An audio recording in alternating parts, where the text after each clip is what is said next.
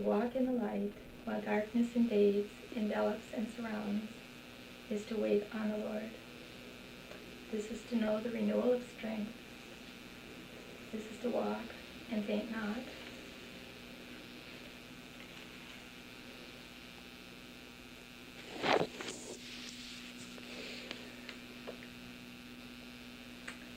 There was another, in the experience of life, not in life, will teach a person not to fear life, but to love life. And he or she discovers that the test of life in him is to be found in the amount of pain, frustration he can absorb without spoiling his joy in living. And so many of these things seem to be part, well, are part of what we were talking about, and are so much a part of what I'm experiencing, and we all are, in our own living of our lives every day. But it seems to have been magnified right at this moment for me. On Monday, there was a teachers' meeting in our school, the new school I've gone to, and they met to decide, without me, what my this year is going to be. And it was almost like being tried by a jury, and you don't know what on earth they are saying, or it was a strange feeling not to be able to have any part in that decision. And the decision is very exciting.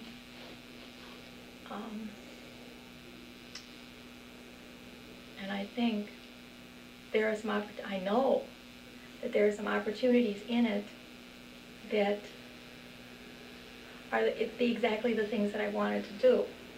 I never had a chance to do, and planning a program myself. So it's very exciting. But all those things, I was up this morning thinking about.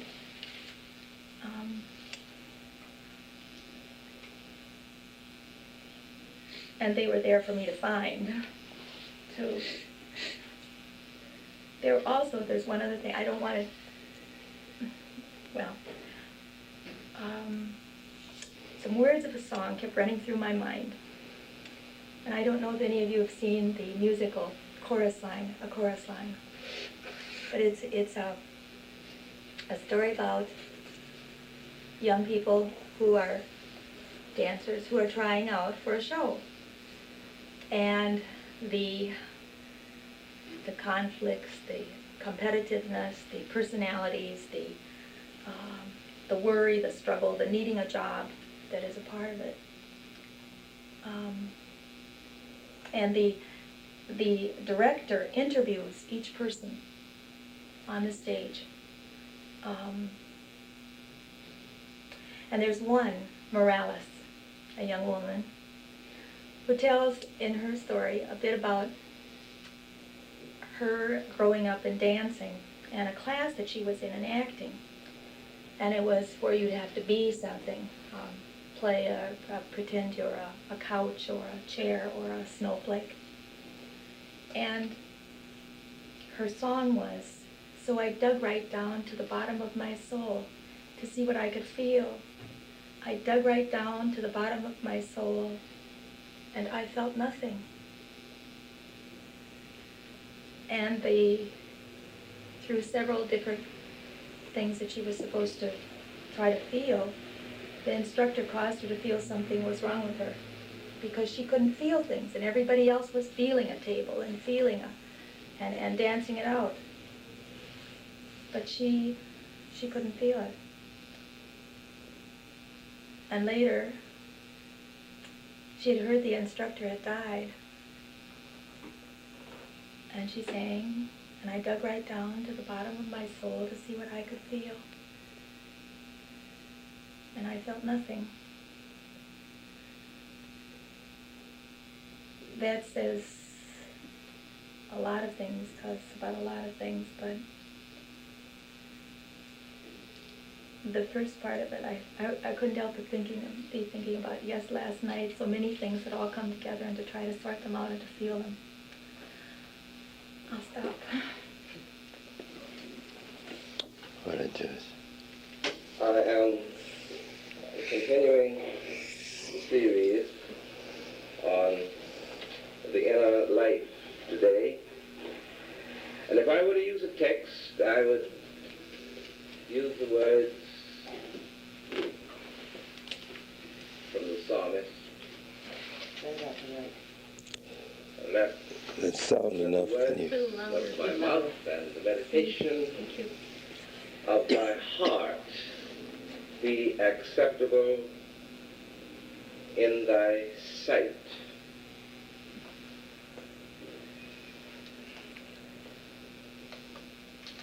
For the past two Sundays, I've called your attention to the centrality of the idea of the nerve center of consent, which is in each one of us,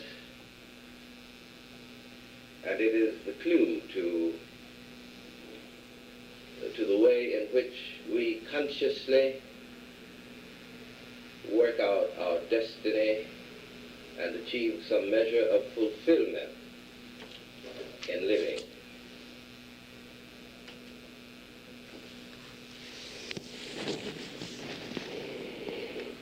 We have a resource upon which we draw, a resource that is as wide as life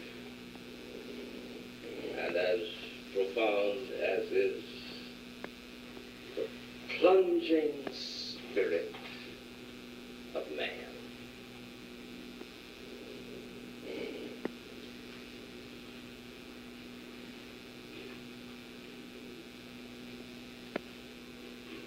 The outer and the inner.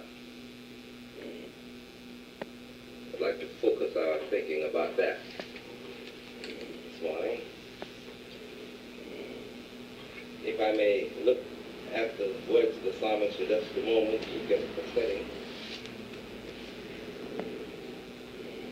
The words, but the words of our mouth, the words refer in my thinking to all of the outward expressions of the life, all of the activities, all of the externals.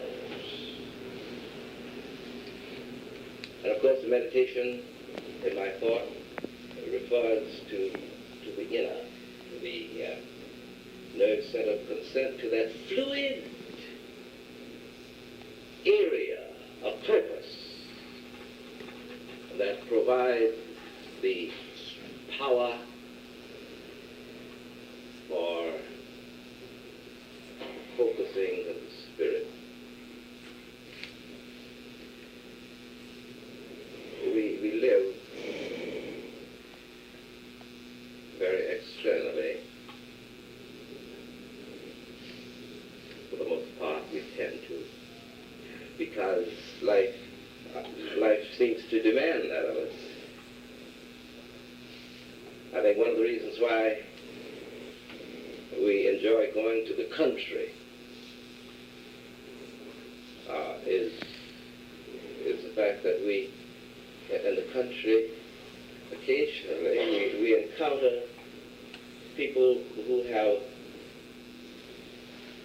been sufficiently unhurried to salt down a few of their observations, let them ripen. And I think that's why people who live in the country are always glad when summer's over and the city people go back home. God's sake.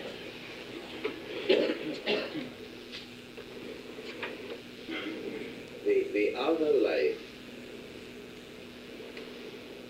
the inner life,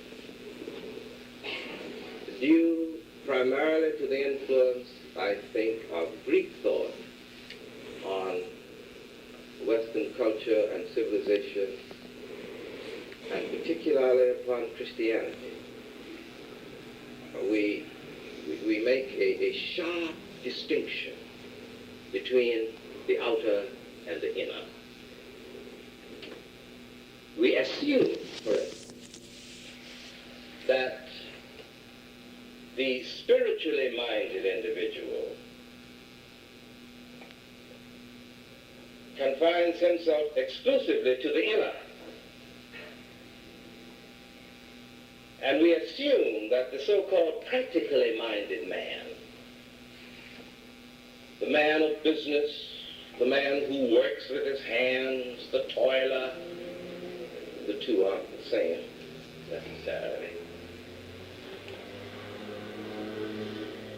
is a man who deals with things that are external, that he's not supposed to be thoughtful. He handles the traffic.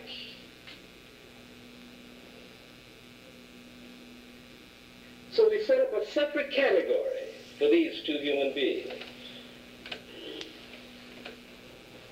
And if the man who is supposed to give his thought and time to things spiritual spills over into this other area, we say that he should stick to his knitting.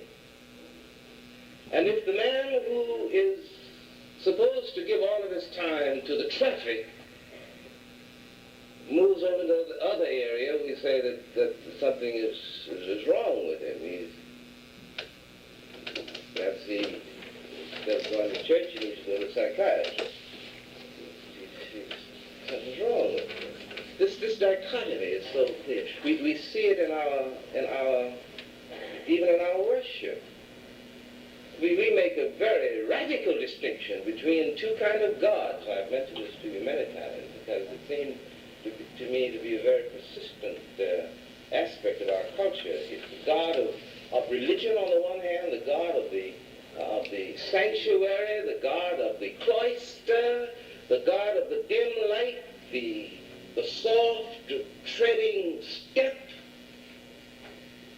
the God of the holy place, the God of piety, the God of the extremities of life, and then the God of life over here, the God of the marketplace, the God who stays outside. And so persistent is this dichotomy in our thinking and feeling that we tend to split our allegiance right down the center. And we say, for instance, that the God of life is at a disadvantage in the place where the God of religion holds forth. When the God of life comes into the place where the God of religion dwells, the God of life is spanked. When the God of religion moves out into the traffic of the world, he's at a disadvantage. So we say about a religious insight that is trying to be implemented in terms of the context.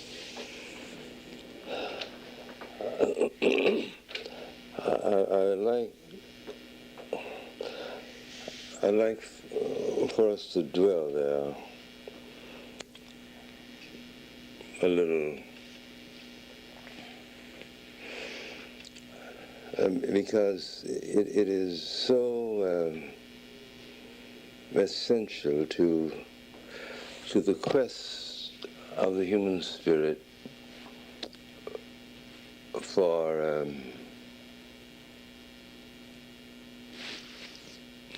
wholeness, for not unity but union, I guess is a better word. And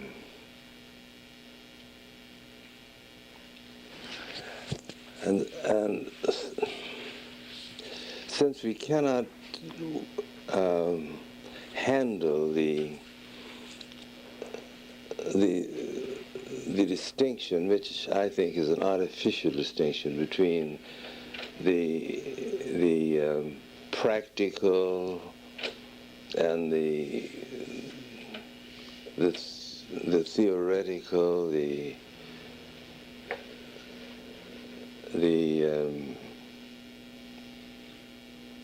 our feeling about I don't quite know how to put this, that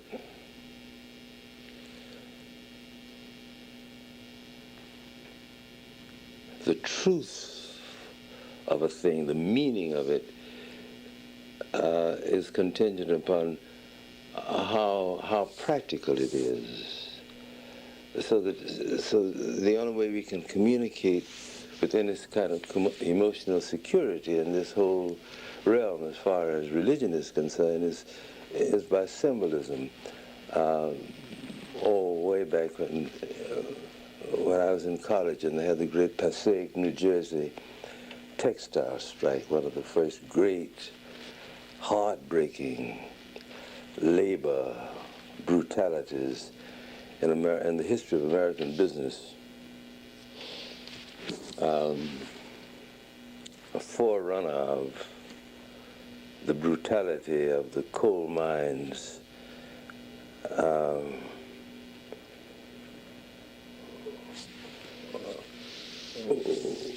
when the Rockefellers were laying the foundation for their wealth. And these people were killed and so forth. But the great Passaic, New Jersey textile strike.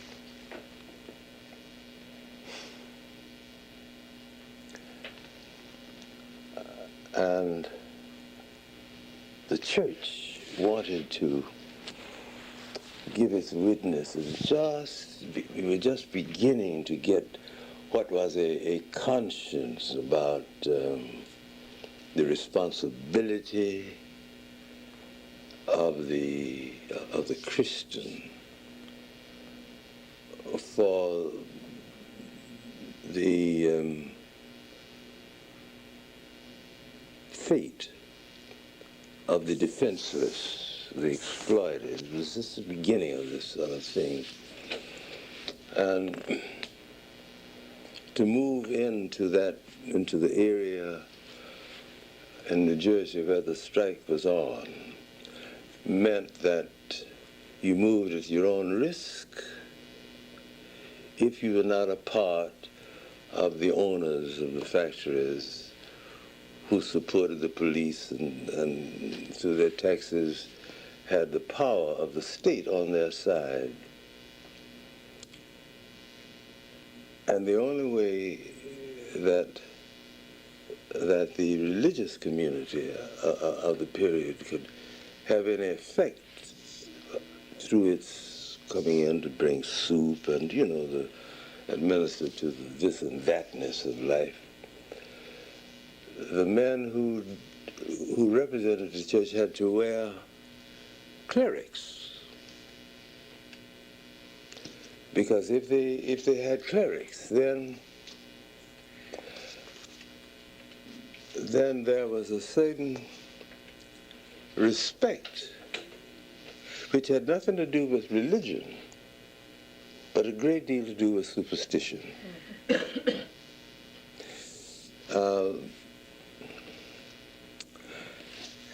And this kind of dualism has crept into our private feeling about the relevancy of the spiritual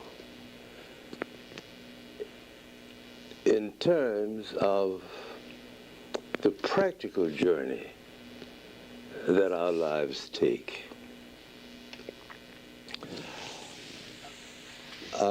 So that the dualism, this is what I'm getting at, the dualism is one that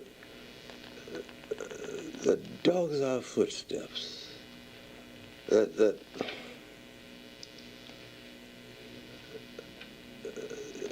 without realizing, without sensing it, there is a sort of internal convincement that in the world of things and practicality in which we function, the God we worship is always at a disadvantage. Now, hang around that a little so that you can store it up and it'll do pinch hitting for you down the road. That it's very hard to believe and to affirm that God is God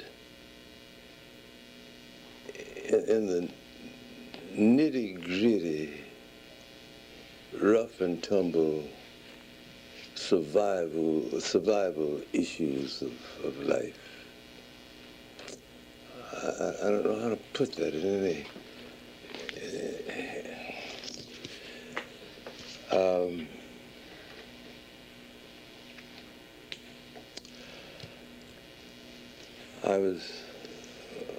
When I was a student in Atlanta, my senior year, I was going from one part of town where my college was located to another part across in a business area in the section where Martin King's church is located now, or was located. And in those days, there were no traffic lights, but you had policemen.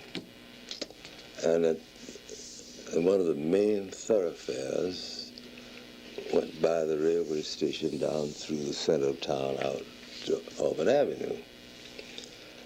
And at every big traffic center, there was a policeman to direct the lights, and not to direct the traffic.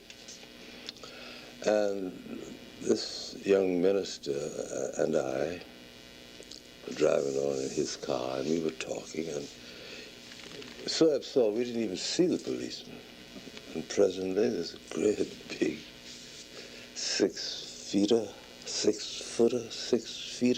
That's a word is a feet. 6 footer. 6 foot.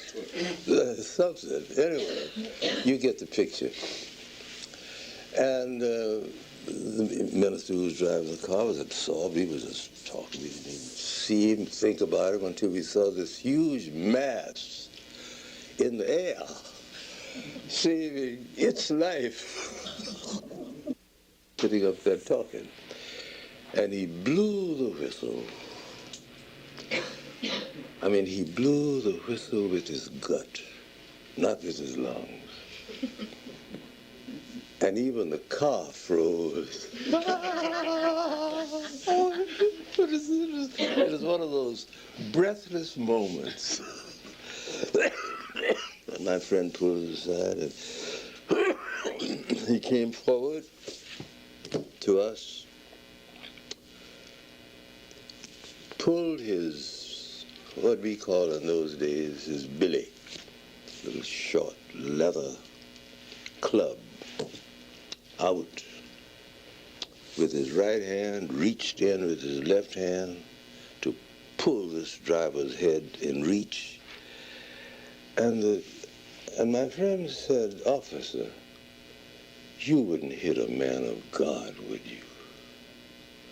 And the thing froze, and he sputtered and said something. And now, the subtle thing for all of us is to make, if we can, in our religious experience, a distinction between religion and superstition.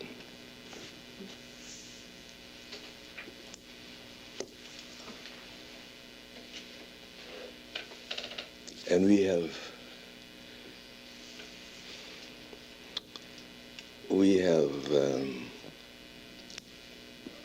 prostituted religion into symbolism. And the symbolism stands in the stead of the vitality and the rawness and the intensity of the religious experience itself. So, back to Passaic. When, at the fever of all this brutality, a man walked in with his clerics on,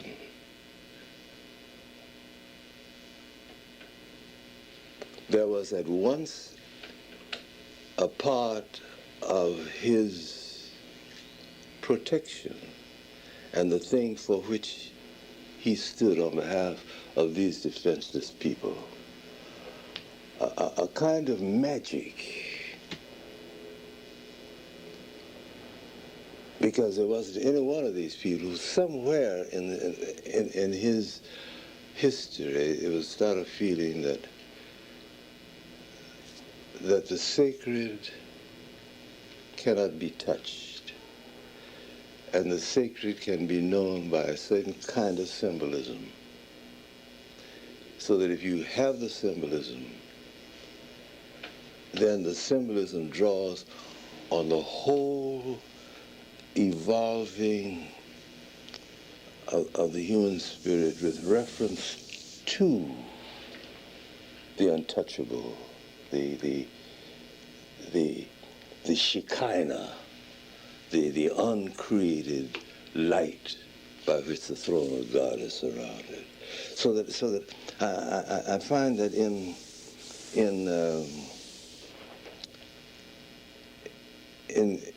my own spiritual struggle,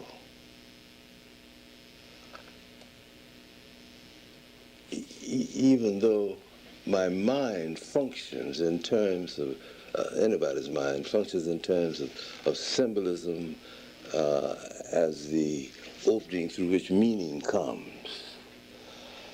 The symbolism is so deceptive because it becomes the meaning. And this is, yes. There's a story I heard out of Kentucky. The fellow who did it was telling it. And he was a musician. And one time he played the accordion, I guess, or whatever. One time there was the miners on one side and the state police on the other side in this valley. And he walked down the middle and played his music. And that day they didn't fight, you know. So that's sort of the other side of the coin versus this guy in his clerical standing between. And, yes, and you see, the important thing is that the distinction with which we wrestle all the time is the distinction between what in our minds is the secular and the spiritual. The practical and the theoretical. It's a kind of dualism that serves, I think, as a, I hate to feel this, but I do, that is a padding, a shield to keep us from the naked exposure to the Spirit of God.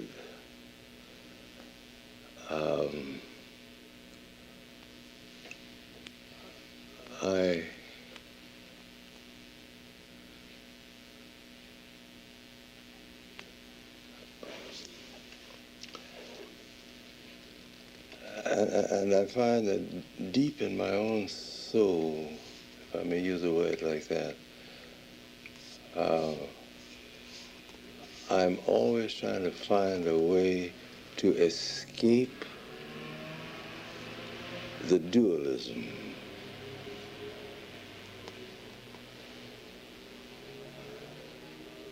so that I will not live with accumulated delusions. I can handle one, but they breed like cats in an alley. Now,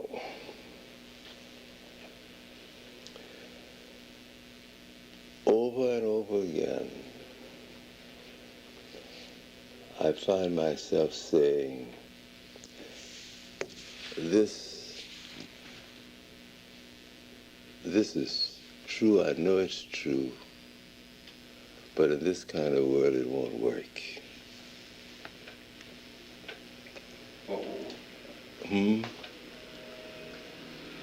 You lost me. I mean, you lost me.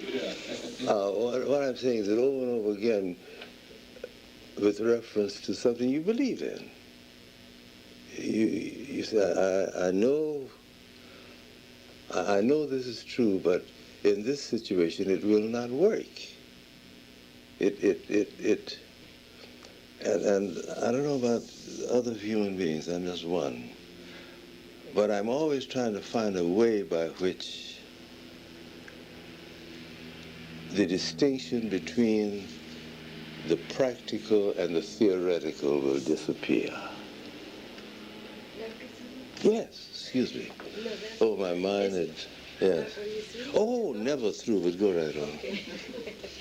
I'm thinking about the things that you said, and what came to mind as far as the practical and the theoretical becoming one is an incident that happened, I guess, last week or so, and I didn't read the accounts of it, but these are Christians taking a stand and acting on their belief, and I know of it because in New Haven daily this group was praying for these people, and these are the Berrigans and another young man from New Haven who I guess took their blood and poured it on classified information, and then are being punished for their crime. But it seems to me that the dichotomy disappears maybe when something of an incarnation appears and people act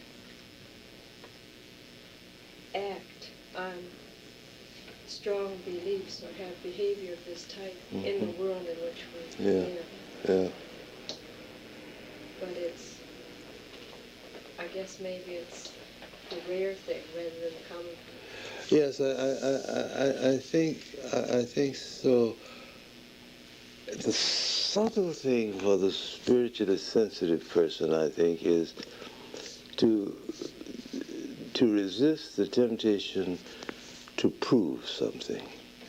I mean, this is the, and yet our whole culture and civilization and everything depends upon tests, making dry run, checking it out. And somewhere between these two, I think, is the thing that nourishes and sustains. For in the evolution of mind, in the whole journey of the evolving of human, of the personality, to test a thing, to prove it, is so incredibly essential. And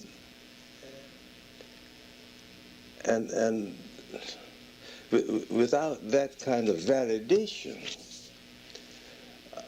there can be no security in knowledge. And yet the integrity of the insight can never be tied to the necessity of external validation. Now, it's a dilemma for which the human spirit finds no solution in terms of the pilgrimage of values on which it's engaged. The moment you try to prove your truth, you become defensive with reference to your truth. And yet, if you're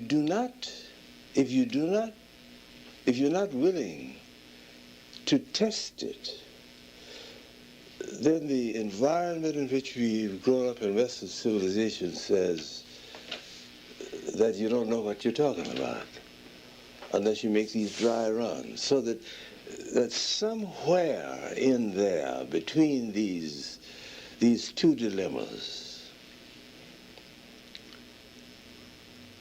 the confidence in the insight has to be its own validation. And bearing in mind all the time that when I'm sure that I'm right, I may be wrong. And it may take me in my journey 50 years to discover that 50 years ago I should have turned left rather than right. But it took me 50 years for that dimension of the truth to break into my mind and spirit.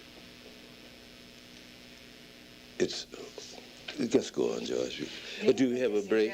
Let's take a break, yeah. Let's take a break and then we'll... Thank you. And may I have some coffee? You bet. May I ask one question? You said that the minute you try to prove, to test your, how did you complete that term? Oh, I have no idea. But I mean the thought. The minute that we try to prove, then it becomes our truth rather than the ultimate, than the real truth. And you see, the minute you try to prove it, that to your soul, that becomes a vote of no confidence in it. You see, it has to say its say and be accepted for that, because you can't, the moment, I think in the inward journey that we take, to prove it is to satisfy an observer, not ourselves. And the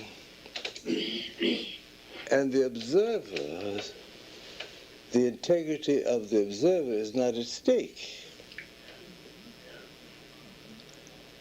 I think the greatest temptation of Jesus, whatever testimony he bore forth in telling his disciples about the baptism and all of that, but the greatest temptation, I think, of his was when the people around him, as he was fighting it out between life and death on the cross, and they were saying, now if you are what you say, come down from the cross,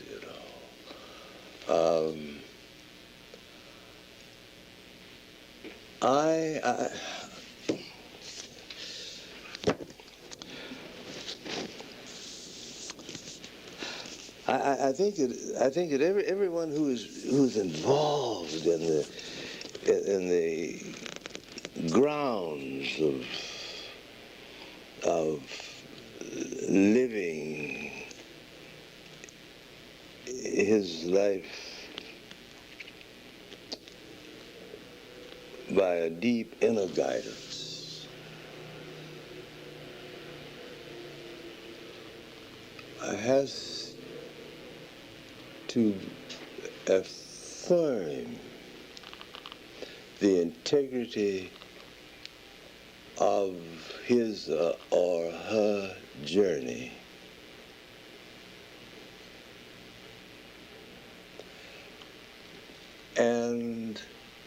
the journey becomes the proof. Yeah, turning you off, is that all right? Yeah. You want to start just crackling from the tape? Yeah, please.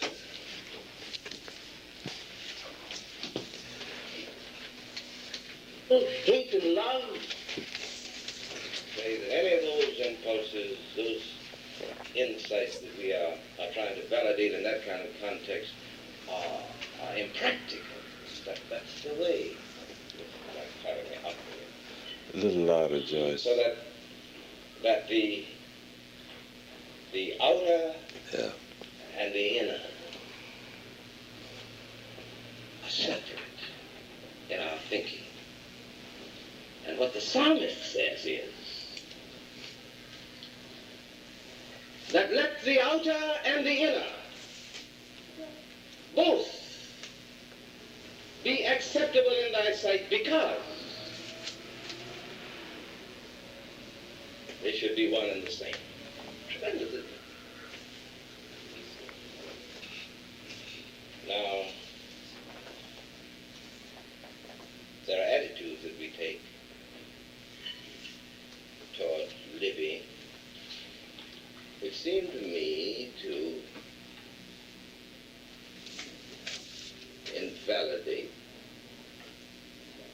this sense of integration, which may be summarized in terms of the free and easy flowing between the outer and the inner.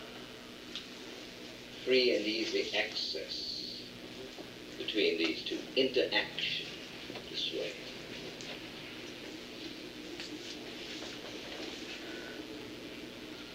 And one of those attitudes is one which insists that we should not recognize that there is a relationship between these two things. Think back over this week in your own life. Just this week. How many things have you done which seem to you to be expedient, necessary,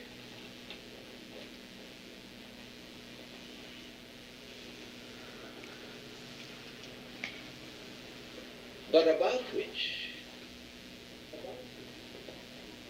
you had deep within yourself the profoundest kind of inner reservation.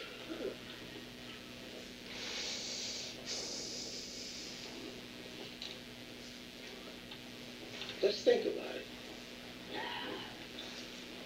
So that you found yourself functioning, developing a behavior pattern or deepening a behavior pattern, activities, agreements, yesing or knowing,